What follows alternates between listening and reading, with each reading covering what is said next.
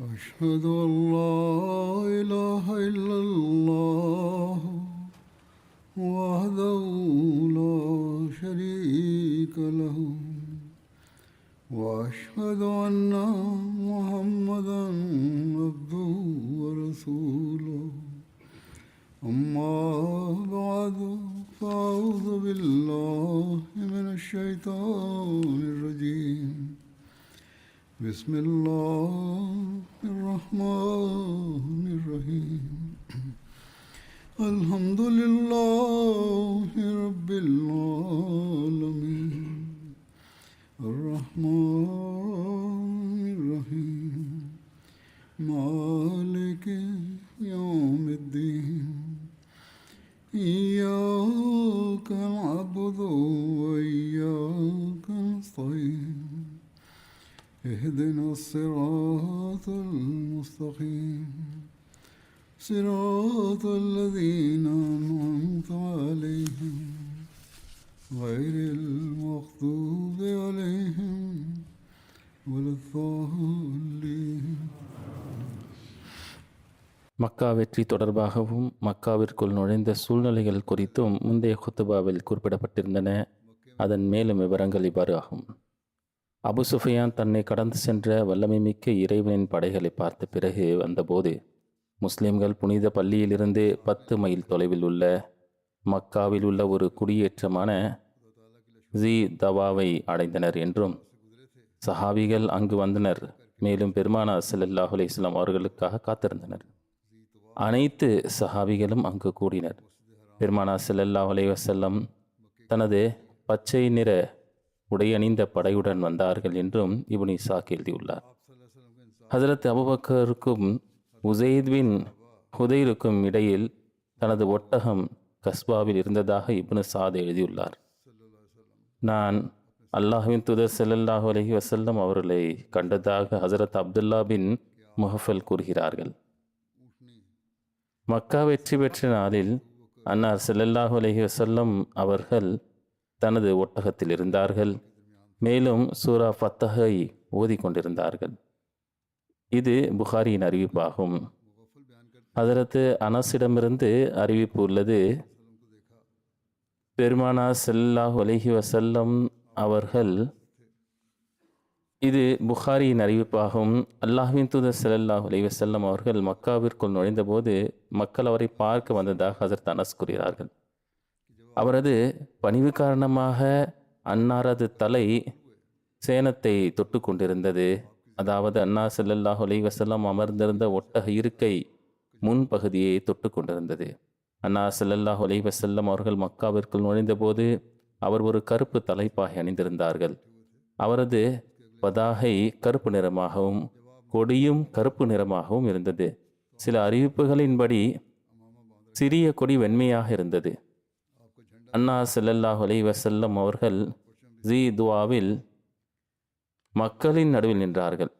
வெற்றியையும் ஏராளமான முஸ்லீம்களையும் கண்டதும் பெருமானார் ஸல்லல்லாஹு அலைஹி வஸல்லம் அவர்களுடைய அருளுக்குரிய முடி ஒட்டகத்தை தொட்டு கொண்டிருந்தது அல்லது பணிவு காரணமாக அதை தொடவிருந்தது. அன்னார் ஸல்லல்லாஹு அலைஹி வஸல்லம் அவர்கள் கூறினார்கள், அல்லாஹும்ம இன்னல் ஐஷுல் ஆஹிரா, அல்லாஹ்வே உண்மையான வாழ்க்கை மறுமை வாழ்க்கையாகும் என்றார்கள். நீதி, பணிவு மற்றும் பணிவின் மற்றொரு அம்சம் என்னவென்றால், அன்னாரது விடுதலை பெற்ற அடிமை ஸைத் பின் ஹாரிசாவின் மகன் ஒசாமாவை தமக்கு பின்னால் சவாரில் அமர்த்தியிருந்தார்கள். இருப்பினும் குறைஷிகளின் தலைவர்களும் பனு ஹிஷாமின் மகன்களும் இருந்தனர். மாணவி ஸல்லல்லாஹு அலைஹி வஸல்லம் அவர்கள் ரமலான் மாதத்தில் மக்காவிற்குள் நுழைந்தார்கள். அந்த நேரத்தில் சூரியன் சிறிது உதயமாகியிருந்தது. அதற்கு வாக்களிக்கப்பட்ட மசீஹ் அலைஹிஸ்ஸலாம் அவர்கள் கூறுகிறார்கள், இறைவனின் சிறப்பு ஊழியர்களுக்கு வழங்கப்படும் இந்த உயர்வு பணிவின் நிறத்தில் உள்ளது. மேலும் ஷைத்தானின் உயர்வு ஆணவத்துடன் கலந்திருந்தது. பாருங்கள், நமது தூய நபி ஸல்லல்லாஹு அலைஹி வஸல்லம் அவர்கள் மக்காவை வென்றபோது, அந்த மக்காவில் எல்லா வகையிலும் எதிர்க்கப்பட்டு காயமடைந்த போது, கஷ்டங்கள் மற்றும் சிரமங்கள் நிறைந்த நாட்களில் அவர் தலை குனிந்து வணங்கியது போலவே இப்போதும் தலை குனிந்து வணங்கினார்கள். நான் இங்கிருந்து எந்த நிலையில் சென்றேன், இப்போது நான் எந்த நிலையில் வந்துள்ளேன் என்பதை கண்டபோது அன்னாரது உள்ளம் இறைவனுக்கு நன்றியால் நிறைந்தது. மேலும் அன்னார் ஸல்லல்லாஹு அலைஹி வஸல்லம் சஜ்தா செய்தார்கள். மக்காவை வென்ற நாளில் அவர் எங்கு நின்றார்கள் என்பது குறித்து இவ்வாறு எழுதப்பட்டுள்ளது. மக்காவை நெருங்கி மக்காவில் தங்குவது எங்கே இருக்கும் என்று மக்கள் கேட்டபோது அன்னார் ஸல்லல்லாஹு அலைஹி வஸல்லம் அவர்கள் கூறினார்கள், மக்காவில் அக்கீல் எங்களுக்கு என்று ஒரு வீட்டையும் விட்டு சென்றுள்ளாரா? அக்கீல் ஹதரத் அபூ தாலிபின் மகன் ஆவார். அவர் ஹுதைபியாவுக்கு சற்று முன்பு இஸ்லாத்திற்கு மாறியவராவார். அதற்கு முன்பு அவர் தனது அனைத்து சொத்துக்களையும் விற்றுவிட்டதாக கூறப்படுகிறது. பின்னர் அன்னார் ஸல்லல்லாஹு அலைஹி வஸல்லம் அவர்கள் எங்கள் முகாம் கைஃப் பனி கனானாவில் இருக்கும் என்றும் அங்கு குறைஷிகள் நம்பிக்கையின்மையின் சத்தியம் செய்ததாகவும் அனைத்து சஹாபிகள் அங்கு ஒன்று கூடும்படி கட்டளிடப்பட்டதாகவும் கூறினார்கள். அன்று அவருடன் இருந்தவர்களில் நானும் இருந்ததாக ஹசரத் ஜாபிரிடமிருந்து அறிவிக்கப்படுகிறது. மக்கா வெற்றி பெற்ற நாளில் நான் பெருமானார் ஸல்லல்லாஹு அலைஹி வஸல்லம் அவர்களுடன் நுழைந்தேன். மக்காவின் வீடை கண்டதும் அன்னார் ஸல்லல்லாஹு அலைஹி வஸல்லம் அவர்கள் நின்றார்கள். பெருமானார் ஸல்லல்லாஹு அலைஹி வஸல்லம் அவர்கள் அல்லாஹ்வின் மகத்துவத்தை புகழ்ந்தார்கள்.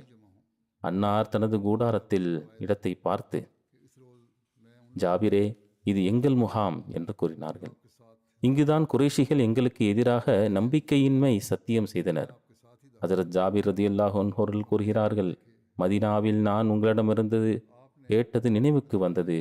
நாங்கள் மக்காவை கைப்பற்றும் போது பனு கினானாவின் ஹைஃபில் தங்குவோம் என்று நீங்கள் சொன்னீர்கள். அங்கு அவர்களின் நம்பிக்கையின்மை நிலையில் அவர்கள் பனு ஹாஷிடமிருந்து வாங்கவோ விற்கவோ மாட்டோம், அவர்களிடம் திருமணம் செய்து கொள்ளவோ மாட்டோம், அவர்களுக்கு அடைக்கலம் கொடுக்கவோ மாட்டோம் என்று சத்தியம் செய்து ஷுவைப் அபூ தாலிப் என்ற குகையில் அடைத்து வைக்கும்படி கட்டளை இட்டிருந்தார்கள். உலமாக்களின் கூற்றுப்படி நபி ஸல்லல்லாஹு அலைஹி வஸல்லம் அவர்கள் அல்லாஹ்வுக்கு நன்றி தெரிவிக்கும் விதமாக இப்போது அங்கே தங்க முடிவு செய்திருக்க வேண்டும். ஏனெனில் சிலர் இதை நம்புகிறார்கள். சில அறிவிப்புகளின்படி மக்காவில் உள்ள தங்களது சொந்த வீட்டை தவிர்த்து வேறு எந்த வீட்டிலாவது தங்கும்படி அன்னாரிடம் கேட்கப்பட்டது. அன்னார் ஸல்லல்லாஹு அலைஹி வஸல்லம் அவர்கள் மறுத்து, நான் வேறு எந்த வீட்டிற்கும் நுழைய மாட்டேன் என்று கூறினார்கள். ஹஜ்ரத் அபு ரஃபி ஹஜூனில் கூடாரத்தை அமைத்தார்கள். ஹஜ்ரத் உம்மு சலமா மற்றும் மைமூனா நபி ஸல்லல்லாஹு அலைஹி வஸல்லம் அவர்களுடன் சென்றார்கள். ஹுஜூனிலிருந்து ஒவ்வொரு தொழுகைக்கும் பெருமானார் ஸல்லல்லாஹு அலைஹி வஸல்லம் அவர்கள் மஸ்ஜிதுல் ஹராமுக்கு வருவார்கள். ஹஜரத் முஸ்லிஹ்மூத் ரலியல்லாஹு அன்ஹு அவர்கள் வரலாற்று புத்தகங்களிலிருந்து இவ்வாறு கூறுகிறார்கள், அல்லாஹ்வின் தூதர் ஸல்லல்லாஹு அலைஹி வஸல்லம் அவர்கள் மக்காவிற்குள் நுழைந்தபோது மக்கள் அவரிடம், அல்லாஹ்வின் தூதரே ஸல்லல்லாஹு அலைஹி வஸல்லம், நீங்கள் உங்கள் வீட்டில் தங்குவீர்களா என்று கேட்டார்கள். அதற்கு அவர்கள், சிறிய தந்தையின் மகன் அக்கீல் எங்களுக்கு ஏதாவது வீட்டை விட்டு சென்றிருக்கிறாரா என்று கேட்டார்கள். அதாவது, நான் ஹிஜ்ரத் செய்த பிறகு என் உறவினர்கள் என் சொத்துக்கள் அனைத்தையும் விற்று விழுங்கிவிட்டார்கள். இப்போது எனக்கு மக்காவில் இடமில்லை. பின்னர் அன்னார் ஸல்லல்லாஹு அலைஹி வஸல்லம் அவர்கள், நாங்கள் ஹைஃப் பனி கினானாவில் தங்குவோம் என்று கூறினார்கள். இது மக்காவில் உள்ள ஒரு மைதானமாகும். இங்கு பனு ஹாஷிம் மற்றும் பனு அப்துல் முத்தலிப் ஆகியோர் அல்லாஹ்வின் தூதர் முஹம்மது ஸல்லல்லாஹு அலைஹி வஸல்லம் அவர்களை கைப்பற்றி அவரை எங்களிடம் ஒப்படைக்கும் வரை அவர்களுடன் நாங்கள் திருமணம் செய்து கொள்ளவோ அல்லது வாங்கவோ விற்கவோ மாட்டோம் என்று சத்தியம் செய்தனர்.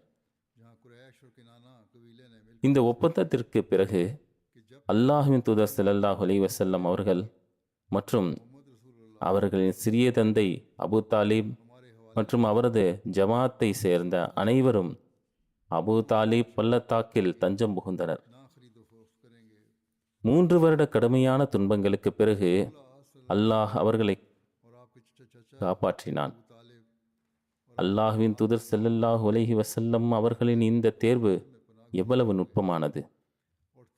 அல்லாஹ்வின் தூதர் ஸல்லல்லாஹு அலைஹி வஸல்லம் அவர்கள், எங்களிடம் ஒப்படைக்கப்படும் வரை உங்கள் கோத்திரத்துடன் சமாதானம் செய்ய மாட்டோம் என்று மக்காவின் மக்கள் இந்த இடத்திலேயே சத்தியம் செய்தனர்.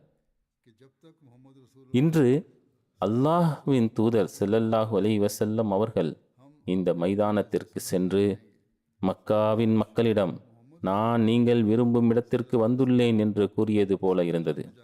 ஆனால் சொல்லுங்கள், இன்று என்னை உங்கள் அடக்குமுறைக்கு ஆளாக்க உங்களுக்கு சக்தி இருக்கிறதா? நான் அவமானப்படுத்தப்படுவதையும் கைதாக்கப்படுவதையும் நீங்கள் பார்க்க விரும்பிய அதே இடம். என் மக்கள் என்னை பிடித்து இந்த இடத்தில் உங்களிடம் ஒப்படைப்பார்கள் என்று அவர்கள் விரும்பினர். நான் என் மக்கள் மட்டுமல்ல, முழு அரேபியாவும் என்னுடன் இருக்கும்படி ஒரு வடிவத்தில் வந்திருக்கின்றேன். என் மக்கள் என்னை உங்களிடம் ஒப்படைக்கவில்லை, மாறாக என் மக்கள் உங்களை என்னிடம் ஒப்படைத்துள்ளனர்.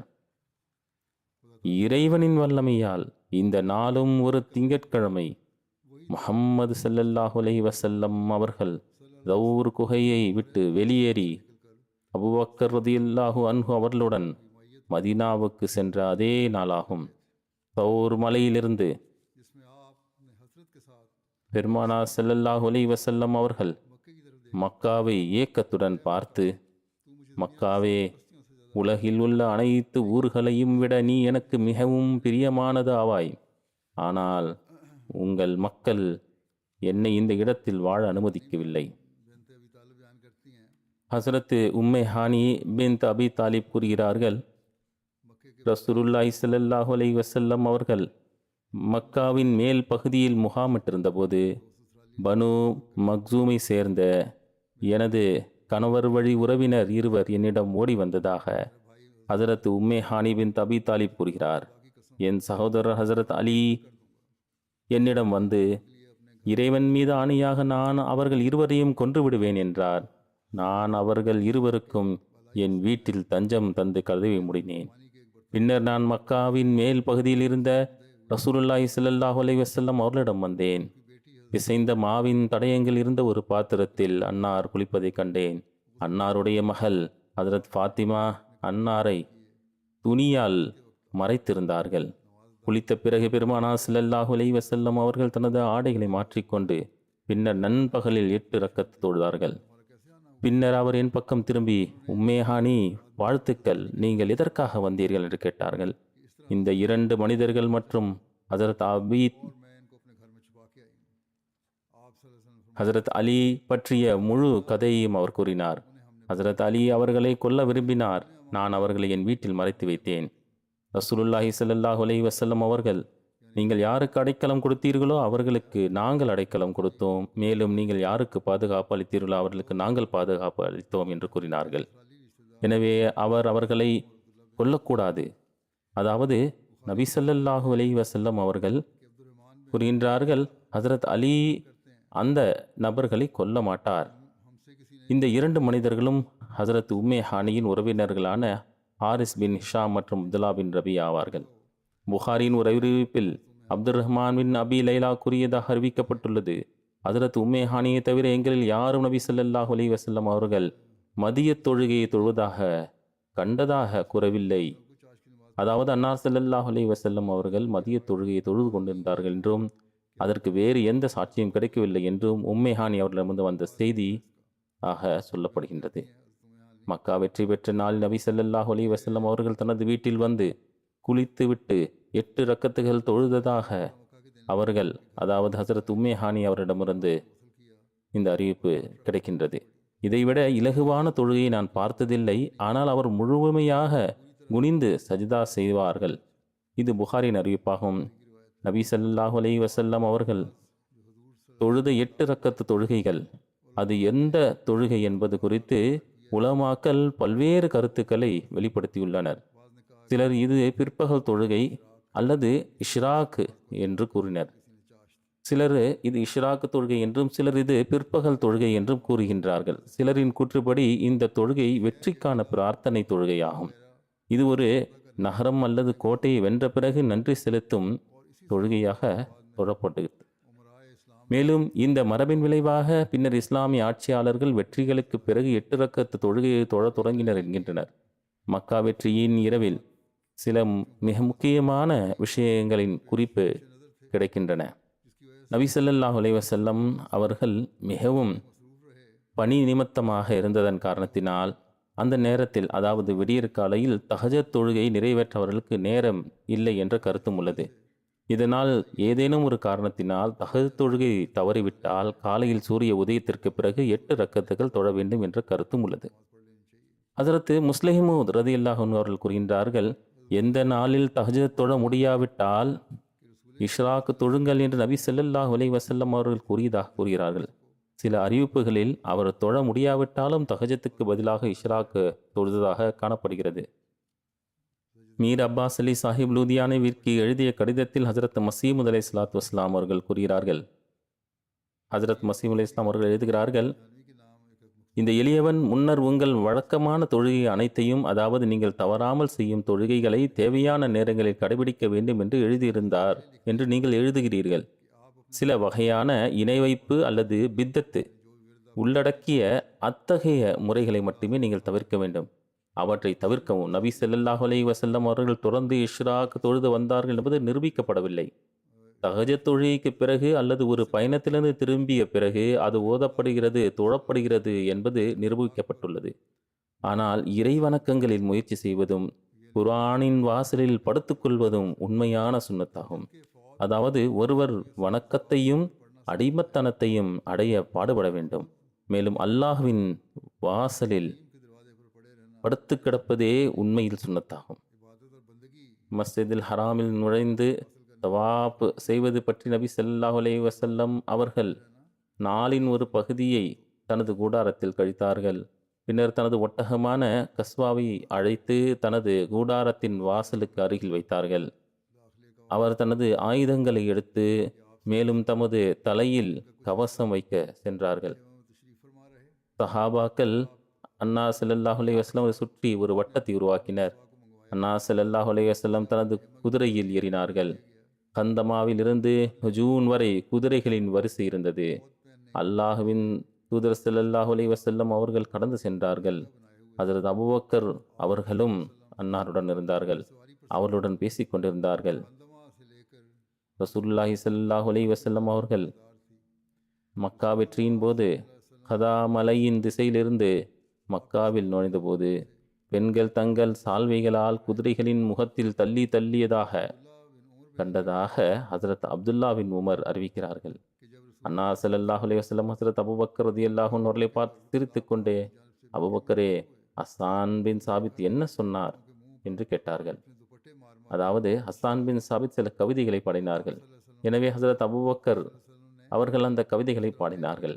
அதன் மொழிபெயர்ப்பு, அதாவது நான் என் அன்பு மகளே இழக்க நேரிடும். கரா மலையில் இடத்தில் வாக்குறுதிகள் அளிக்கப்பட்டிருக்கும் அத்தகைய படைகளை நீங்கள் காணவில்லை என்றால் அந்த வேகமான குதிரைகள் தங்கள் கடிவாளங்களை இழுக்கின்றன. பெண்கள் தங்கள் சால்வைகளை அவர்கள் முன்பு அடிக்கிறார்கள். ஹஜ்ரத் இப்னு உமர் அவர்கள் குதிரைகளின் இந்த பிம்பத்தை முன்வைத்தார்கள். அந்த நேரத்தில் அதே சம்பவம் நடந்தது. நபி ஸல்லல்லாஹு அலைஹி வஸல்லம் அவர்கள் மக்காவை வென்ற நாளில் மக்காவிற்குள் நுழைந்தபோது காபாவை சுற்றி 360 சிலைகள் அமைக்கப்பட்டிருந்தன. அவை ஈயத்தால் சரி செய்யப்பட்டிருந்தன என்று இப்னு உமர் மற்றும் இப்னு அப்பாஸ் ஆகியோரிடமிருந்து அறிவிக்கப்படுகிறது. ஒவ்வொரு மிகப்பெரிய சிலை இது காபாவாக இருந்தது. இசாப் மற்றும் நாயில் ஆகியவை மக்கள் தங்கள் விலங்குகளை அறுக்கும் இடத்தில் இருந்தது. நபி ஸல்லல்லாஹு அலைஹி வஸல்லம் அவர்கள் கையில் ஒரு வில் வைத்திருந்தார்கள். அன்னார் வில்லின் விளிம்பில் பிடித்தார்கள். அன்னார் ஸல்லல்லாஹு அலைஹி வஸல்லம் ஒரு சிலையை கடந்து செல்லும் போதெல்லாம் அதை கொண்டு அதன் கண்ணில் அடித்து ஜால் ஹக்கு வஸ்ஹக்கல் பாத்தில் இன்னல் பாத்தில கான ஜஹூகா என்று கூறுவார்கள். உண்மை வந்துவிட்டது, பொய் ஓடிவிட்டது, உண்மையில் பொய் ஓடிவிடப் போகிறது. அன்னார் ஸல்லல்லாஹு அலைஹி வஸல்லம் அவர்கள் காபாவை அடைந்து அதை பார்த்தார்கள். நபி ஸல்லல்லாஹு அலைஹி வஸல்லம் அவர்கள் தனது குதிரையில் ஏறி சென்று தனது கைத்தடியால் கருங்கல்லான ஹஜ்ரே அஸ்வதை தொட்டு அல்லாஹு அக்பர் என்று கூறினார்கள். அதற்கு பதிலாக முஸ்லிம்களும் தக்பீர் சொன்னார்கள். மக்கா அல்லாஹு அக்பர் என்ற முழக்கங்களால் எதிரொலிக்கும் வரை அவர்கள் தக்பீர் என்ற முழக்கங்கள் எழுப்பிக் கொண்டே இருந்தார்கள். பெருமானார் ஸல்லல்லாஹு அலைஹி வஸல்லம் அவர்களை அமைதியாக இருக்குமாறு செய்தார்கள். மலைகளில் இருந்த இணை வைப்பாளர்கள் இந்த காட்சியை பார்த்து கொண்டிருந்தார்கள். அன்னார் ஸல்லல்லாஹு அலைஹி வஸல்லம் அவர்கள் அல்லாஹ்வின் இல்லத்தை சுற்றி தவாப் செய்தார்கள். முஹம்மது பின் மஸ்லமா தனது ஒட்டகத்தின் கடிவாளத்தை பிடித்து கொண்டிருந்தார். அவர் ஹஜ்ரே அஸ்வதுக்கு வந்து அதை தொட்டு அல்லாஹ்வின் இல்லத்தை சுற்றி தவாப் செய்தார். அவர் தவாப் செய்து முடித்ததும் தனது மலையிலிருந்து கீழே இறங்கினார்.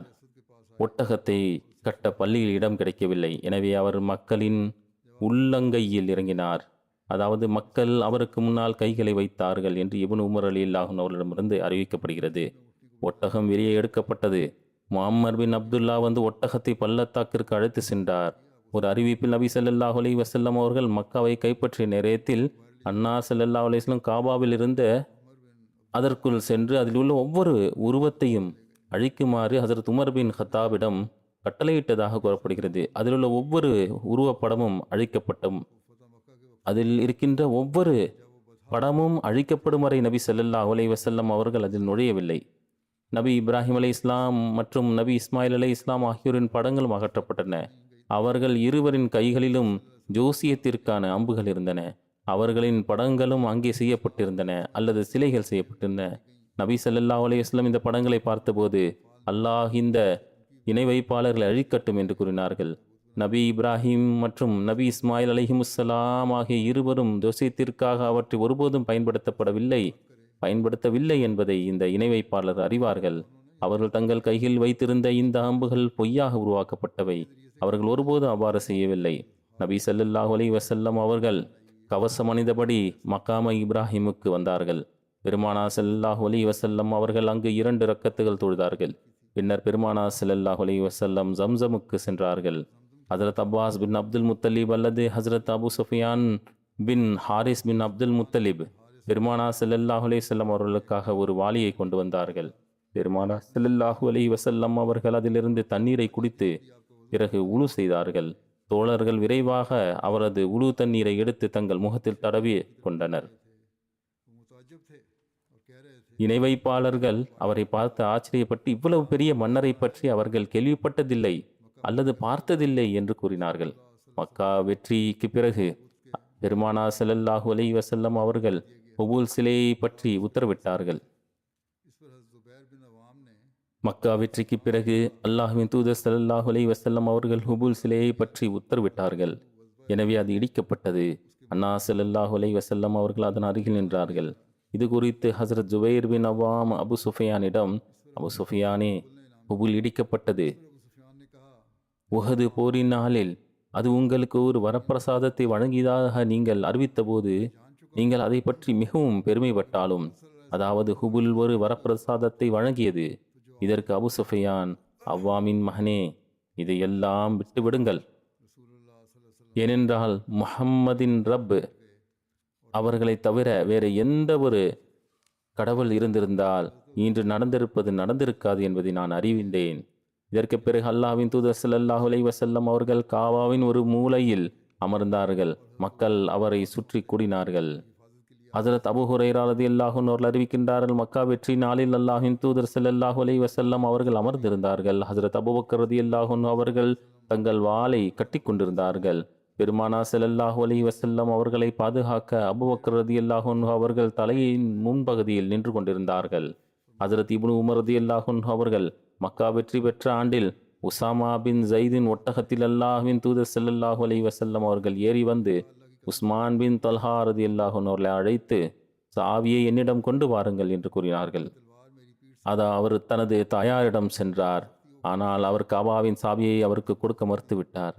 அல்லாஹின் மீது ஆணையாக, நீங்கள் இந்த சாவியை எனக்கு கொடுக்க வேண்டும். இதை உங்கள் தாயாரிடம் சொல்லுங்கள், இல்லையெனில் இந்த வாள் என் முதுகில் இருந்து எடுக்கப்படும் என்று பெருமானார் ஸல்லல்லாஹு அலைஹி வஸல்லம் அவர்கள் கூறினார்கள்.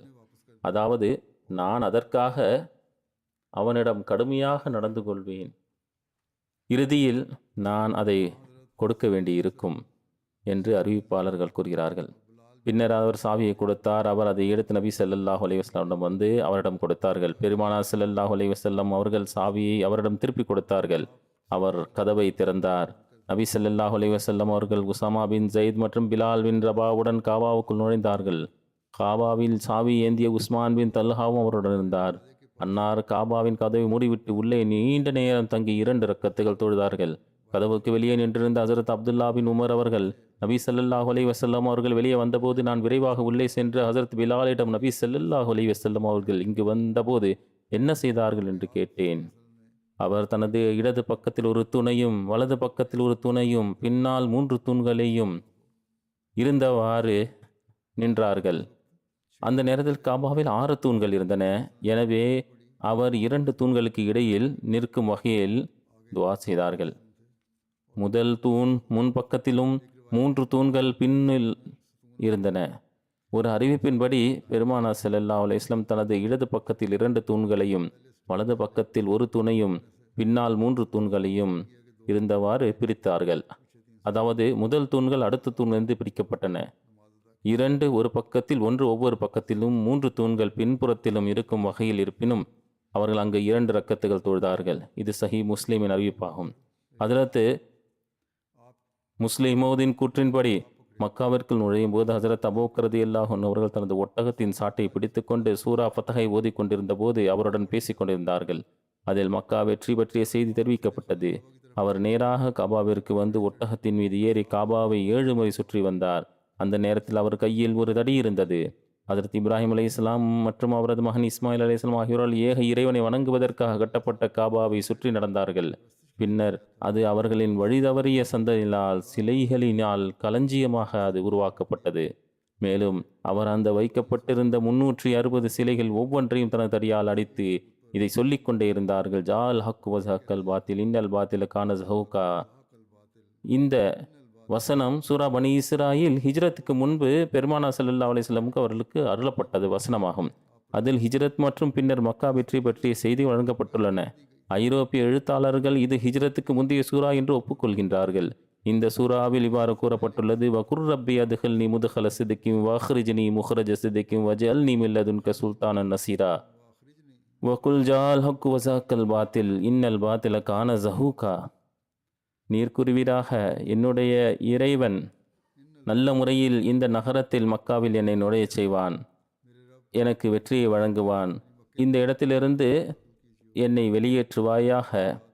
உன்புறமிருந்து எனக்கு உதவிக்கான ஏற்பாட்டை செய்து தருவாயாக. உண்மை வந்துவிட்டது, பொய் ஓடிவிட்டது, பொய் ஓடக்கூடியதாக இருக்கின்றது.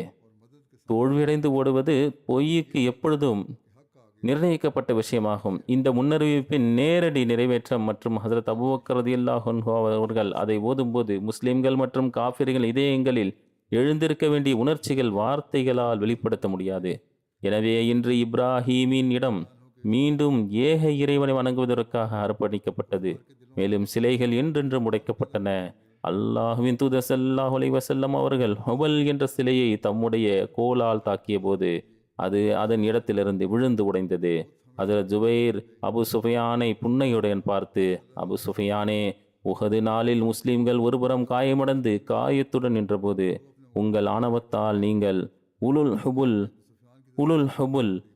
ஹுபுல் அதனுடைய மகத்துவம் பெரியது என்று அறிவித்தீர்கள் என்பதை நினைவில் கொள்க. அதாவது ஹுபுலின் மகிமை உயர்ந்தது. உஹது நாளில் முஸ்லிம்கள் மீது ஹுபுல் உங்களுக்கு வெற்றியை கொடுத்தது. இன்று ஹுபுல் துண்டுகள் உங்கள் முன் கிடப்பதை நீங்கள் காண்கின்றீர்கள்.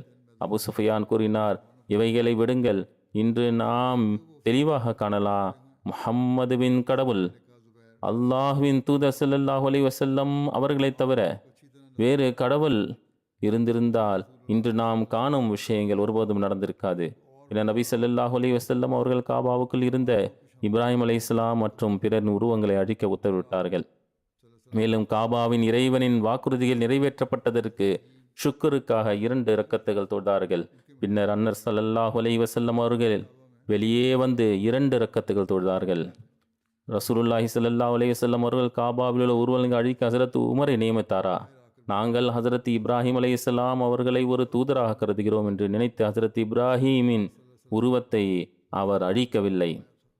அல்லாஹ்வின் தூதர் ஸல்லல்லாஹு அலைஹி வஸல்லம் அவர்கள் இந்த உருவப்படத்தை கண்டதும், உமர் அவர்களே, நீங்கள் என்ன செய்கிறீர்கள் என்று கேட்டார்கள்.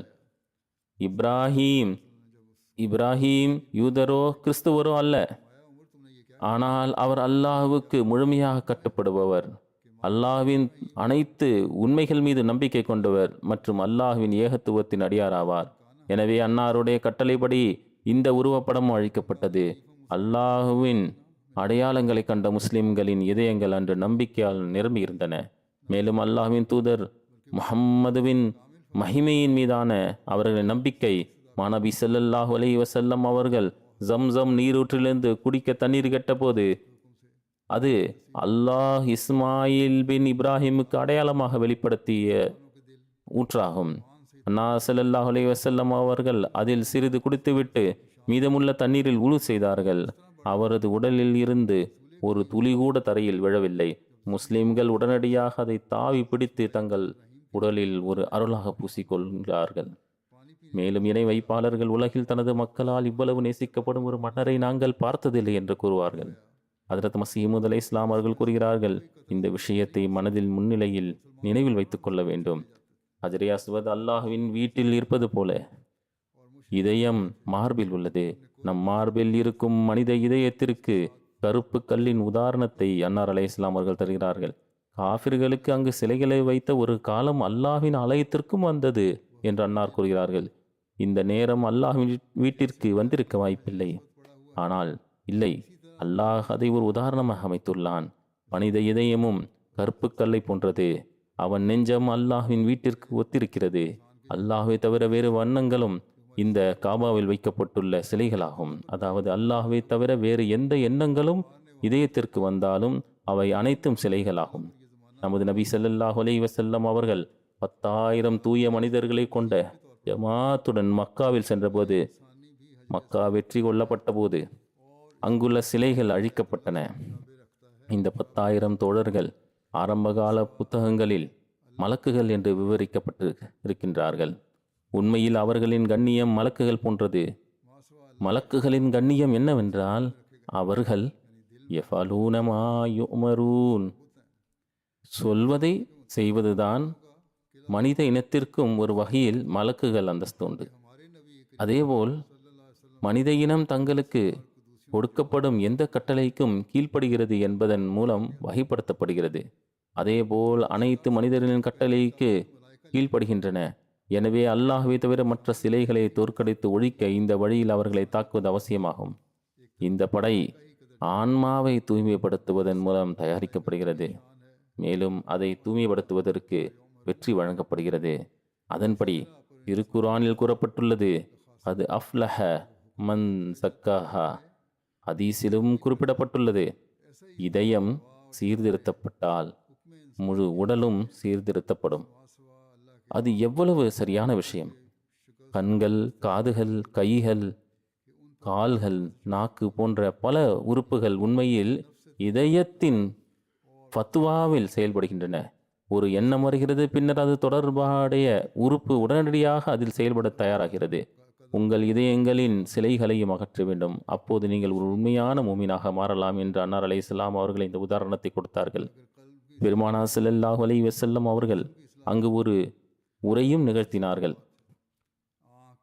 மக்கா வெற்றி பெற்ற நாளில் அல்லாஹ்வின் தூதர் ஸல்லல்லாஹு அலைஹி வஸல்லம் அவர்கள் கூறியதாக ஹஜ்ரத் இப்னு அப்பாஸ் ரலியல்லாஹு அன்ஹு அவர்களிடமிருந்து அறிவிக்கப்பட்டுள்ளது, இப்போது ஹிஜ்ரத் இல்லை, ஆனால் ஜிஹாதும் நியத்தும் இருக்கும்.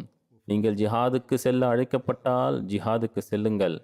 மேலும் இந்த மக்கா நகரம் வானங்களையும் பூமியையும் படைத்த நாளிலிருந்து அல்லாஹுவால் புனிதமாக அறிவிக்கப்பட்டுள்ளது. எனவே அது மறுமை நாள் வரை அல்லாஹுவால் புனிதமானது. எனக்கு முன் யாரும் இதில் சண்டையிட அனுமதிக்கப்படவில்லை. மேலும் அது எனக்கு ஒரு நாளின் குறிப்பிட்ட நேரம் மட்டுமே அனுமதிக்கப்பட்டது. எனவே இந்த நகரம் மறுமை நாள் வரை அல்லாஹுவினால் புனிதமாக்கப்பட்டது. அதன் முற்றுகள் முறிக்கக்கூடாது.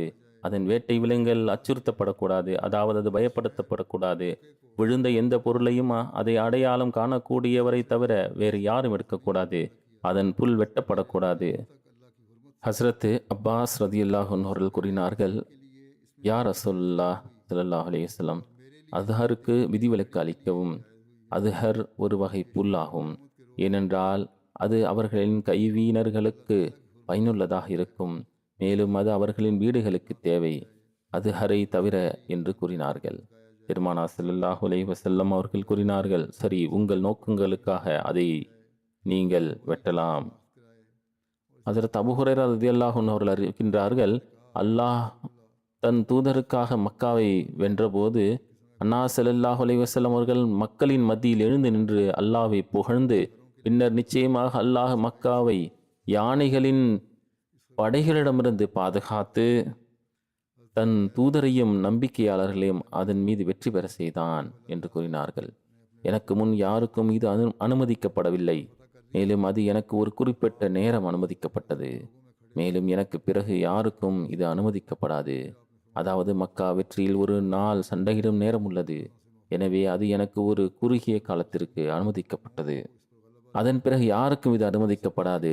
எனவே அதன் இரையை விரட்டவோ, அதன் முட்கள் உடைக்கப்படவோ, அதன் விழுந்த பொருட்களை அதை அறிவிப்பவரை தவிர வேறு யாருக்கும் அனுமதிக்கப்படவோ கூடாது.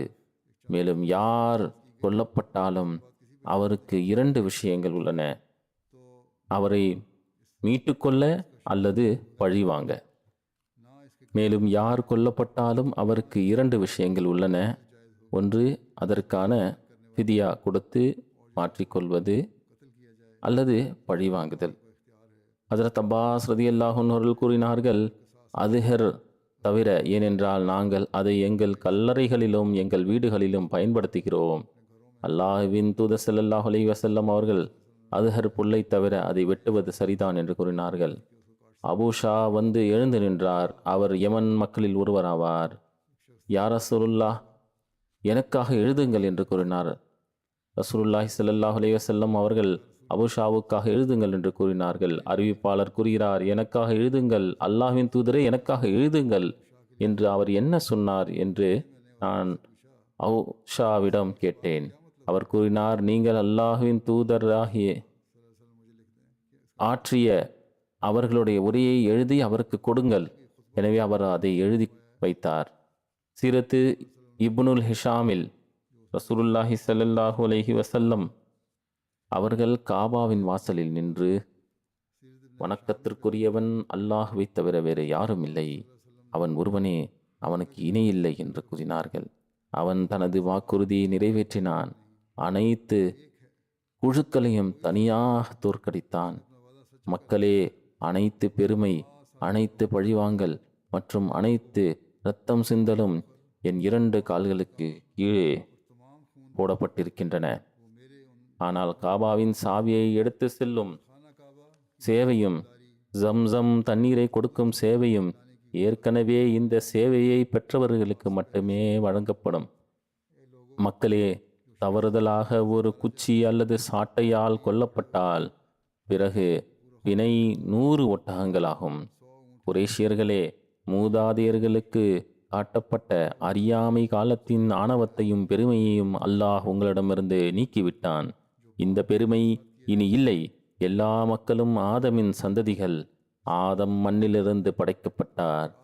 அன்னார் ஸல்லல்லாஹு அலைஹி வஸல்லம் அவர்கள் இந்த வசனத்தை ஓதினார்கள். யா அய்யுஹன் நாசு இன்னா ஹலக்னாகும் மின் ذكரின் வ உன்ஸா வஜஅல்னாகும் ஷுஊபன் வ கபாயில லிதஆரஃபு இன்ன அக்ரமக்கும் இன்தல்லாஹி அத்காக்கும். மக்களே, நாம் உங்களை ஆண் பெண்ணிலிருந்து படைத்தோம். நீங்கள் ஒருவரையொருவர் அறிந்து கொள்வதற்காக நாம் உங்களை கோத்திரங்களாகவும் இனங்களாகவும் ஆக்கியுள்ளோம். நிச்சயமாக அல்லாஹ்வின் பார்வையில் உங்களில் கண்ணியமிக்கவர், உங்களில் இரையச்சமிக்கவரே. பின்னர் அன்னார் ஸல்லல்லாஹு அலைஹி வஸல்லம் அவர்கள் கூறினார்கள், குறைஷியர்களே, நான் உங்களுக்கு என்ன செய்ய வேண்டும் என்று நீங்கள் நினைக்கிறீர்கள்? குறைஷியர்கள் கூறினார்கள், நீங்கள் என்ன செய்வீர்களோ அது சிறப்பானதாக இருக்கும் என்று கூறினார்கள். முஸ்லீம்களாக மாறாதவர்கள் அவர்கள். நீங்கள் கண்ணியமான சகோதரர் மற்றும் கண்ணியமான சகோதரர்களின் மகன்கள் ஆவீர்கள். அன்னார் ஸல்லல்லாஹு அலைஹி வஸல்லம் அவர்கள் கூறினார்கள், சரி போங்கள், நீங்கள் அனைவரும் சுதந்திரமானவர்கள். ஒரு அறிவிப்பில் அன்னார் ஸல்லல்லாஹு அலைஹி வஸல்லம் அவர்கள் கூறினார்கள், யூசுஃப் சொன்னது போல் நானும் சொல்வேன். கமா கால யூசுஃபு லா தஸ்ரீப அலைக்குமுல் யௌம் யக்ஃபிருல்லாஹு லக்கும் வஹுவ அர்ஹமுர் ராஹிமீன். நான் அதையே கூறுவேன், யூசுஃப் கூறியதாகும். இன்றைய நாள் உங்கள் மீது எவ்வித குற்றச்சாட்டும் இல்லை. அல்லாஹ் உங்களை மன்னித்து விடுவான். அவன் கருணை செய்பவர் எல்லாரையும் விட மிக அதிகமாக கருணை செய்பவன் ஆவான். பொது மன்னிப்பு அறிவிப்பை கேட்ட மக்கள் தங்கள் கல்லறைகளிலிருந்து வெளியே வந்து இஸ்லாத்தில் நுழைந்தது போல் வெளியே வந்தனர். இதை கேட்டவுடன் அவர்கள் உடனடியாக இஸ்லாத்தை ஏற்றுக்கொள்ள தொடங்கினர். ஹஜ்ரத் முஸ்லிமோர் ரலியல்லாஹு அன்ஹு மக்கா மக்களின் மன்னிப்பு குறித்து இந்த சம்பவத்தை இவ்வாறு விவரிக்கிறார்கள். அன்னார் ஸல்லல்லாஹு அலைஹி வஸல்லம் பேசி முடித்ததும் மக்கா மக்கள் அவருக்கு முன் கொண்டு வரப்பட்டதும் அன்னார் ஸல்லல்லாஹு அலைஹி வஸல்லம் அவர்கள், மக்கா மக்களே, அல்லாஹ்வின் அடையாளங்கள் எவ்வாறு வார்த்தைக்கு வார்த்தை நிறைவேறியுள்ளன என்பதை பார்த்தீர்களா? இப்போது சொல்லுங்கள், உங்கள் அநீதிக்கும் ஏக இறைவனை வணங்கும் ஏழை அடியாறுகளுக்கும் நீங்கள் செய்த தீமைக்கும் என்ன வெகுமதி கிடைக்கும்? மக்கா மக்கள் யூசுப் தனது சகோதரர்களுக்கு செய்த அதே நடைமுறையை நாங்கள் உங்களிடம் எதிர்பார்க்கிறோம் என்றார்கள். மக்கா வெற்றிக்கு 10 ஆண்டுகளுக்கு முன்பு சூரா யூசுஃபில் அல்லாஹ் முன்னறிவித்து கூறிய வார்த்தைகள், யூசுப் தனது சகோதரர்களை நடத்தியது போலவே நீங்களும் மக்கா மக்களை நடத்துவீர்கள் என்று மக்கா மக்களின் வாயிலிருந்து வெளிவந்தது அல்லாஹ்வின் வல்லமையாகும். எனவே நபி ஸல்லல்லாஹு அலைஹி வஸல்லம் அவர்கள் யூசுப் அலைஹிஸ்ஸலாம் அவர்களை போன்றவர் என்றும், ஹஸ்ரத் யூசுப் அலைஹிஸ்ஸலாம் போலவே இறைவன் அவருக்கு தனது சகோதரர்கள் மீது வெற்றியை கொடுத்தான் என்றும் மக்கா மக்களின் வாயிலிருந்து உறுதிப்படுத்தப்பட்ட போது அவர் மேலும் அறிவித்தார், அல்லாஹ் லா தஸ்ரீப அலைக்குமுல் யௌம், இறைவன் மீது ஆணையாக இன்று உங்களுக்கு எந்த தண்டையும் வழங்கப்படாது, நீங்கள் கண்டிக்கப்படவும் மாட்டீர்கள். ஹஜ்ரத் மசீம் அலைஹிஸ்ஸலாத்து வஸ்ஸலாம் அவர்கள் கூறுகிறார்கள், தூய நபி ஸல்லல்லாஹு அலைஹி வஸல்லம் அவர்கள் மக்காவை கைப்பற்றிய போது அனைத்து காஃபிர்களும் கைது செய்யப்பட்டு அன்னா ஸல்லல்லாஹு அலைஹி வஸல்லம் நிறுத்தப்பட்டனர். காஃபிர்களே தங்கள் கடுமையான குற்றங்களுக்காக கொல்லப்பட வேண்டியவர்கள் என்றும் அவர்கள் தங்களை உமது கருணைக்கு ஒப்படைத்தவர்கள் என்றும் ஒப்புக்கொண்டார்கள். எனவே நீங்கள் அவர்கள் அனைவரையும் மன்னித்தீர்கள். இந்த சந்தர்ப்பத்தில் இஸ்லாத்தை மன்னிப்புக்கான ஒரு நிபந்தனையாக கூட வைக்கவில்லை. இருப்பினும் இந்த உன்னதமான நடத்தையை கண்டதும் அந்த மக்கள் தானாகவே முஸ்லிமாக மாறினர். பின்னர் வாக்களிக்கப்பட்ட மசீஹ் அலைஹிஸ்ஸலாம் அவர்கள் மற்றொரு இடத்தில் கூறுகிறார்கள், அக்கால சூழ்நிலையை பார்க்கும்போது அல்லாஹ்வின் தூதர் ஸல்லல்லாஹு அலைஹி வஸல்லம் அவர்களின் ஒழுக்கத்தின் ஆற்றலின் சிறப்பு நமது நினைவுக்கு வருகிறது. அவருக்கும் அவரது ஆதரவாளர்களுக்கும் முழு அதிகாரமும் இருந்த சூழ்நிலையில் எதிரிகள் ஏற்படுத்திய துன்பங்களின் அளவும் அவர்களை அன்னா ஸல்லல்லாஹு அலைஹி வஸல்லம் நடத்திய விதமும் அவரது உன்னதத்தையும் உயர்வையும் காட்டுகிறது. பெருமானா ஸல்லல்லாஹு அலைஹி வஸல்லம் மற்றும் அன்னாரது அர்ப்பணிப்புள்ள ஊழியர்களுக்கும் என்னென்ன துன்பங்களை எல்லாம் அபுஜஹிலும் அவனது மற்ற கூட்டாளிகளும் ஏற்படுத்தினார்கள். ஏழை முஸ்லிம் பெண்களை ஒட்டகங்களில் கட்டி வைத்து எதிர் திசையில் ஓடச் செய்தார்கள். அவர்கள் துண்டாக்கப்பட்டார்கள். அவர்கள் 2 பகுதிகளாக பிரிக்கப்பட்டார்கள். லா இலாஹ இல்லல்லாஹ் என்ற வார்த்தையை கூறியதன் காரணத்தினாலா, அதனுடைய பாவத்திற்காகவா? அன்னா ஸல்லல்லாஹு அலைஹி வஸல்லம் அதை எதிர்கொண்டு பொறுமையுடனும் சகிப்புத்தன்மையுடனும் நடந்து கொண்டார்கள். மக்கா வெற்றி பெற்ற போது அன்னா ஸல்லல்லாஹு அலைஹி வஸல்லம் அவர்களை மன்னித்து லா தஸ்ரீப அலைக்குமுல் யௌம் என்று கூறினார்கள். வேறு எந்த நபியிலும் காணப்படாத ஒரு உயரிய நல்லொழுக்கம் இது. அல்லாஹும்ம ஸல்லி அலா முஹம்மதின் வாலி முஹம்மது. பின்னர் அன்னார் அலைஹிஸ்ஸலாம் அவர்கள் கூறுகிறார்கள், அன்னா ஸல்லல்லாஹு அலைஹி வஸல்லம் மக்காவை வென்றபோது தாங்கள் விரும்பினால் மக்காவில் தங்களுக்கு வலியை ஏற்படுத்திய அனைத்து மக்களையும் படுகொலை செய்திருக்கலாம். ஆனால் இரக்கம் காட்டி லா தஸ்ரீப அலைக்குமுல் யௌம் என்று கூறினார்கள். அவர்களின் மன்னிப்பு என்பது அனைவரும் முஸ்லிம்களாக மாறியதை குறிக்கிறது. இப்போது எந்த நபியிடமும் இவ்வளவு சிறந்த மற்றும் உன்னதமான ஒழுக்க குணம் காணப்படுகிறதா? நிச்சயமாக இல்லை. தங்களின் சிறப்பு நண்பர், அன்பிற்குரியவர்கள் மற்றும் தோழர்களுக்கு கடுமையான துன்பத்தை ஏற்படுத்தி மன்னிக்க முடியாத தீங்கு விளைவித்தவர்களை அவர்களை தண்டிக்கும் சக்தியையும் அதிகாரத்தையும் பெற்ற பிறகு அன்னா ஸல்லல்லாஹு அலைஹி வஸல்லம் அவர்கள் உடனடியாக அவர்களை மன்னித்தார்கள். அவர்கள் தண்டிக்கப்பட்டிருந்தால் அது முற்றிலும் நியாயமானதாகவும் நீதியாகவும் இருந்திருக்கும். ஆனால் அந்த நேரத்தில் அன்னா ஸல்லல்லாஹு அலைஹி வஸல்லம் தம்முடைய மன்னிப்பு மற்றும் தாராள மனப்பான்மைக்கு ஒரு உதாரணத்தை காட்டினார்கள். அற்புதங்களை தவிர தோழர்களை பாதித்த விஷயங்கள் இவைதான்.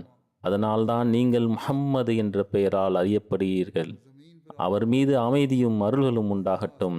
பூமியிலும் அதேபோல் வானத்திலும் நீங்கள் புகழப்பட்டீர்கள். வானத்திலும் நீங்கள் முஹம்மது ஆவீர்கள். இந்த பெயர் உலகிற்கு ஒரு முன்மாதிரியாக அல்லாஹ்வால் உங்களுக்கு வழங்கப்பட்டது. ஒரு நபர் தனக்குள் இந்த வகையான ஒழுக்க குணத்தை வளர்த்து கொள்ளாவிட்டால், அன்னார் அலைஹிஸ்ஸலாம் அவர்கள் கூறுகிறார்கள், ஒரு நபர் தனக்குள் இந்த வகையான ஒழுக்க குணத்தை வளர்த்து கொள்ளாவிட்டால் எந்த பயனும் இல்லை. ஒரு நபர் நபி ஸல்லல்லாஹு அலைஹி வஸல்லம் அவர்களின் ஒழுக்கங்களையும் நடத்தையையும் ஏற்றுக்கொண்டு அதை தனது வழிகாட்டியாகவும் ஆக்கிக்கொள்ள விட்டால் எந்த பயனும் கிடையாது. அல்லாஹும்ம ஸல்லி அலா முஹம்மதின் வாலி முஹம்மது. மீதமுள்ள விவரங்கள் நான் பின்னர் கூறுவேன். இந்த நேரத்தில் வஃபாத்தான 2 மர்ஹூம்கள் குறித்த குறிப்பை நான் கூற விரும்புகின்றேன். அவர்கள் ஜனாசாவையும் நான் பின்னர் தொழ வைப்பேன்.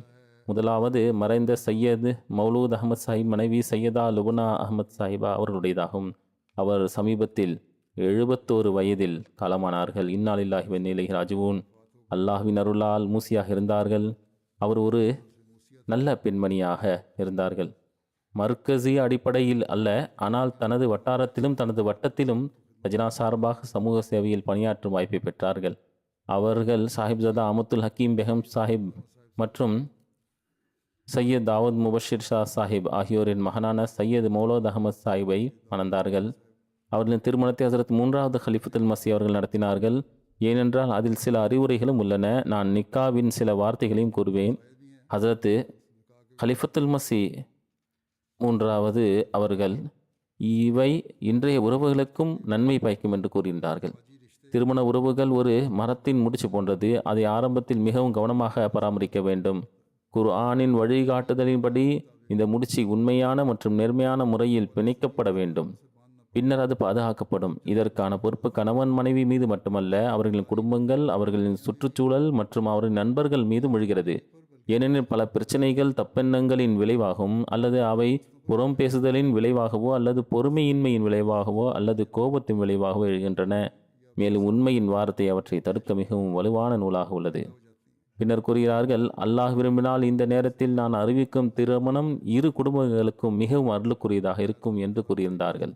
இது ஜமாத்திற்கும் அருளுக்குரியதாக இருக்கட்டும், மனித குலத்திற்கும் அருளுக்குரியதாகட்டும், மேலும் மார்க்க தொண்டர்களிலிருந்து வந்தவர்களாக இருக்கட்டும். ஏனென்றால் ஹஜரத் 3வது ஹலிஃபத்துல் மசி அவர்கள் மதிப்பிற்குரிய லுபனா சாஹிபாவின் இந்த வார்த்தைகளை அவரது உறவுகளுக்கு ஆதரவாக நிறைவேற்ற முயன்ற ஒரு உறவும் இருந்தது என்று நான் சொல்ல முடியும். பின்னர் நீங்கள் இன்று என் தங்கை அமத்துல் ஹக்கீம் சாஹிபா மற்றும் சையத் தாவூத் முபஷிர் ஷா சாஹிப் மகன் மௌலூத் அஹமத், சையத் மௌலூத் அஹமது மற்றும் டாக்டர் சையத் குலாம் முஸ்தபா சாஹிப்பின் மகள் அவளை திருமணம் செய்து கொள்கின்றேன் என்றும் அன்று கூறியிருந்தார்கள். பின்னர் டாக்டர் சாஹிப் அவர் ஒரு வாக்கிஃபே ஜிந்தகி மருத்துவராக இருந்ததால் ஆப்பிரிக்காவில் தங்கினார். ஆரம்பத்தில் நுஸ்ரத் ஜஹான் அறிவிக்கப்பட்ட போது அவர் ஆரம்பகால வாழ்வை அர்ப்பணம் செய்த மருத்துவரில் ஒருவராக இருந்தார். ஹஜரத் 3வது ஹலிஃபத்துல் மசி அவர்கள் அவரை டாக்டர் சாஹிப் என்று குறிப்பிட்டிருந்தார்கள். அவர் மேற்கு ஆப்பிரிக்காவில் வக்ஃப் செய்த மருத்துவராக பணியாற்றிய ஆரம்பகால மருத்துவர்கள் ஒருவர் ஆவார். அல்லாஹ் அவரது துவாவை கேட்டு அவருக்கு குணமளிக்கும் திறனை, அந்த பாக்கியத்தை அருளினான். மேலும் மிகவும் வெற்றிகரமான அறுவை சிகிச்சை நிபுணராக இருந்தார்கள். அவர் கானாவிலும் பின்னர் நைஜீரியாவிலும் தொடர்ந்து பணியாற்றினார்கள். சையதா லுபனா சாஹிபாவின் மகன் சையது சவுத் அஹமது ஒரு வாழ்வை அர்ப்பணம் செய்தவர் மற்றும் தற்போது ஃபஸ்லே உமர் மருத்துவமனையின் நிர்வாகியாக உள்ளார். என் தாத்தா நுஸ்ரத் ஜஹான் திட்டத்தின் கீழ் கானாவில் ஓசோக்கரேக்கு சென்றபோது குடும்பம் முழுமையடைந்ததாக அவர் தனது தாயார் நிலை பற்றி கூறுகிறார். அவரது தாயார் லுபனா சாஹிபா அவருடன் இருந்தார். அவர் சிறியவராக இருந்தார். இது லுபனா சாஹிபாவின் திருமணத்திற்கு முந்தைய சம்பவமாகும். அந்த நேரத்தில் அங்கு எந்த உபகரணமும் இல்லாததுமாக இருந்தது. சில கட்டுகளை வெட்டி கொடுப்பது, வெளிச்சம் இல்லை என்று அவர் கூறுகிறார். மருத்துவர் டார்ச் லைட்டின் வெளிச்சத்தில் அறுவை சிகிச்சை செய்தார். மேலும் இந்த பெண்ணும் ஒரு டார்ச் லைட்டை கையில் ஏந்தி நின்று அந்த வெளிச்சத்தில் மருத்துவர் அறுவை சிகிச்சை செய்ய முடிந்தது என்ற விஷயமும் வருகின்றது. பின்னர் அவர் மிகவும் அன்பானவர் என்றும் தனது சொந்த வழியை மறந்து மற்றவர்களுக்கு சேவை செய்தார் என்றும் எழுதுகிறார்கள். அவர் தனது கணவர், பெற்றோர், மாமியார் மற்றும் அனைவரின் உரிமைகளையும் முழுமையாகவும் உண்மையாகவும் நிறைவேற்றினார். 1986இல் அவர் படிக்கட்டுகளிலிருந்து விழுந்தார். அவருக்கு முதுகுவலி இருந்தது. அதன் பிறகு அவருக்கு புற்றுநோய் வந்தது, நீரிழிவு நோய் இருந்தது. ஆனால் அவர் ஒருபோதும் தனது வலியை வெளிப்படுத்தவில்லை. தனது நோயை மிகுந்த பொறுமையுடன் தாங்கிக் கொண்டு ஆரோக்கியமாக இருப்பது போல் தொடர்ந்து நடந்து வருவார். அவர் தனது குழந்தைகள் மற்றும் பேர குழந்தைகளுக்கு துவாக்களை கற்பிப்பார். குறிப்பாக அவர் தனது பேர குழந்தைகளுடன் வாழ்ந்தபோது அவர்களை தினமும் கவனித்து கொண்டார். அவரது கண் பார்வை பலவீனமடைந்தது. அவர் ஓத முடியாத போது அவர் ஆன்லைனில் குர்ஆன் ஓதுவதை கேட்பார். அவர் தொடர்ந்து கூட்டங்களுக்கு செல்வார். ஒருமுறை ஒருவர் உங்களுக்கு உடல்நிலை சரியில்லை என்றும் நீங்கள் ஏன் ஜமாத் கூட்டத்திற்கு வருகிறேன் என்று கேட்டபோது, கூட்டம் நடந்து கொண்டிருந்தாலும் நான் போகப் போவதில்லை. அது ஒரு ஜமாத் அமைப்பு, நான் அதை கடைபிடிக்க வேண்டும் என்று கூறினார். அவருக்கு ஜமாத் மீது மிகுந்த பற்று இருந்தது. அவர் என் மனைவியின் மைத்துனியாகவும் இருந்தார். இந்த அர்த்தத்தில் அவர் எளிமையானவர் என்பதை என்னால் பார்க்க முடிந்தது. எல்லா வகையான சூழ்நிலைகளும் வாழ்வும் தன்னை சரி செய்து கொள்ளவும் முடியும் என்பதையும் நான் அவர்களை பார்த்திருக்கின்றேன். அவர் தனது மாமியார் உறவையும் நன்றாக கையாண்டார். அல்லாஹ் அவர்களை மன்னித்து கருணை நடந்து கொள்வானாக. அவர்களுக்கு ஒரு மகளும் ஒரு மகனும் உள்ளனர். நான் சொன்னது போல் மகன் ஒரு வாழ்க்கை அர்ப்பணம் செய்தவர். இந்த மக்களுக்கு அவர்களின் பெற்றோரின் நல்ல அடிச்சுவடுகளை பின்பற்றும் பாக்கியத்தை அல்லாஹ் வழங்குவானாக. இரண்டாவது ஜனாசா ஜெர்மனியின் முகமது ஷஃபி ஜுபைர் சாஹிபின் மனைவியான மதிப்பிற்குரிய நஸ்முன் பிவி ஜுபைர் சாஹிபா உடையதாகும். அவர் சமீபத்தில் காலமானார். இன்னா லில்லாஹி வ இன்னா இலைஹி ராஜிஊன். அவர் தனது குடும்பத்தில் மொரிஷியஸை சார்ந்த நபராக இருந்தார். அகமதியத் தனது தாத்தா முஹம்மது ஹனீஃப் சித்து சாஹிப் மூலம் குடும்பத்திற்கு வந்தது. அவர்கள் ஒரு மகனும் ஒரு மகளையும் விட்டு சென்றுள்ளார்கள். அவரது மகன் அத்தஹர் ஜுபைர் சாஹிப், அவர் சேர்மன் ஹுமானிட்டி ஃபர்ஸ்ட் ஜெர்மனியாக பணியாற்றுகின்றார். அத்தஹர் ஜுபைர் சாஹிப் கூறுகிறார்கள், அன்னார் அசைக்க முடியாத நம்பிக்கை மற்றும் ஆழ்ந்த பணிவுக்கு ஒரு எடுத்துக்காட்டு என்று எழுதுகிறார்கள். அவர் என்னை வளர்த்த விதமும் அவர் எங்களுக்கு கற்றுக் கொடுத்த விஷயங்களும் மிகவும் வலுவான நம்பிக்கையை கொண்டிருந்தன என்பதை நான் முழுமையாக உறுதியாக சொல்ல முடியும் என்று அவர் கூறுகிறார். அவர் எந்தவிதமான புகாரை பற்றியும் புகார் செய்ததையோ அல்லது புகார் செய்வதையோ நான் கேட்டதில்லை. அவர் கடுமையாக நோய்வாய்ப்பட்ட போது அந்த நேரத்தில் அவருடன் குறிப்பாக இருக்க வாய்ப்பு கிடைத்தது. அவர் சுயநினைவு திரும்பும் போதெல்லாம் தொழுகை பற்றி கேட்பதாகும். அவர் கூறுகிறார்கள், அவர்கள் தொழுகையில் மிகவும் கண்டிப்பானவர், மிகுந்த பொறுமை மற்றும் சகிப்புத்தன்மை கொண்டவர். அல்லாஹ்வின் தீர்ப்பின் மீது அவர்கள் திருப்தி அடைந்தார்கள். பிறகு ஒரு சம்பவம் உள்ளது, மக்களுக்கு மிகவும் பயனுள்ளதாக இருந்தது. மக்களுடைய விவகாரங்களை ரகசியங்களை மறைத்து வைப்பார்கள். சொல்கிறார்கள், ஒரு கணவன் மனைவிக்கு இடையான ஒரு விவகாரம் இருந்தது. அவர்கள் என்னிடம் கூறினார்கள், என்ன நடந்தது என்று கணவரிடம் கேட்க சொன்னார்கள். மனைவி என்ன சொன்னாள் என்று கேட்டார்கள். கூறுகிறார்கள், இல்லை, அவள் என்னை நம்பி என்னிடம் விஷயங்களை சொன்னால் நான் உங்களிடம் சொல்ல மாட்டேன். அவள் சொல்ல விரும்பினால் அவளே உங்களிடம் சொல்வார். ஆனால் அவர்களுக்கு இடையே சமாதானம் செய்யும் முயற்சி செய்வார். அவர்களுக்கு ஹிலாஃபத்துடன் ஆழமான தொடர்பு இருந்தது. குத்துபாக்களை மிகவும் கவனமாக கேட்பார்கள். உண்மையில் அவர்களுடைய பேரன் கூறுகிறார், 2 அல்லது 3 முறை கேட்பார்கள். மேலும் கூறுவார்கள், முதல் முறை புரியவில்லை என்றால், நீ கவனமாக கேட்கவில்லை என்றால் எந்த பயனும் இல்லை என்பார்கள். அல்லாஹுடன் அவர்களுக்கு மிகவும் வலுவான தொடர்பு இருந்தது. கனவுகள் பார்ப்பார்கள், அவை நிறைவேறக்கூடியதாக இருந்தது. இப்போது அவர்களுடைய நோயின் கடைசி நாட்களில் எனக்கு புற்றுநோய் இருக்கிறதா என்று அவர் கேட்டதாக ஜுபைர் சாஹிப் எழுதுகிறார்கள். ஒரு சிடி ஸ்கேன் செய்யப்பட்டது.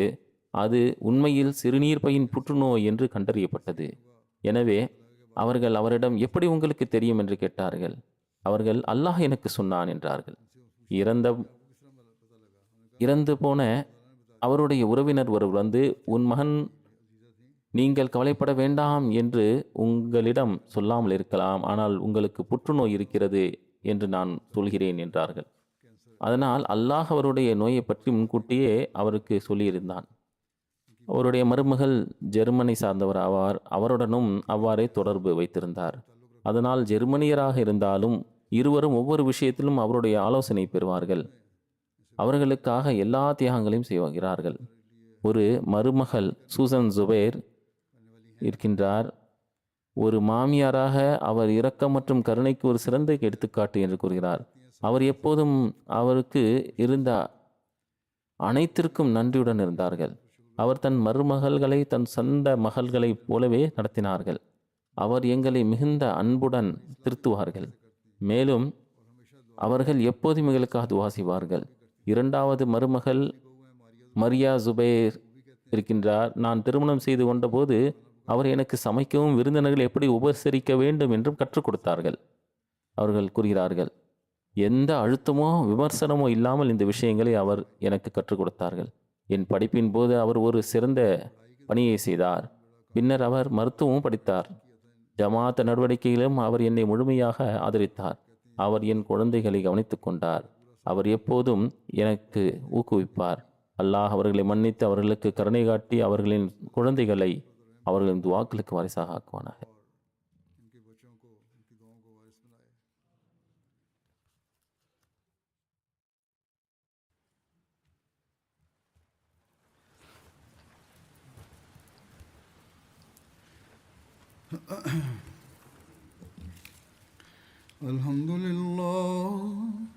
الحمد لله نحمده ونستعينه ونستغفره ونؤمن به ونتوكل عليه ونعوذ بالله من شرور أنفسنا ومن سيئات أعمالنا من يهده الله فلا مضل له ومن يضلل فلا هادي له ونشهد أن لا إله إلا الله ونشهد أن محمدا عبده ورسوله. عباد الله رحمكم الله إن الله يأمر بالعدل والإحسان وإيتاء ذي القربى وينهى عن الفحشاء والمنكر والبغي يعظكم لعلكم تذكرون. اذكروا الله يذكركم وادعوه يستجب لكم ولذكر الله أكبر.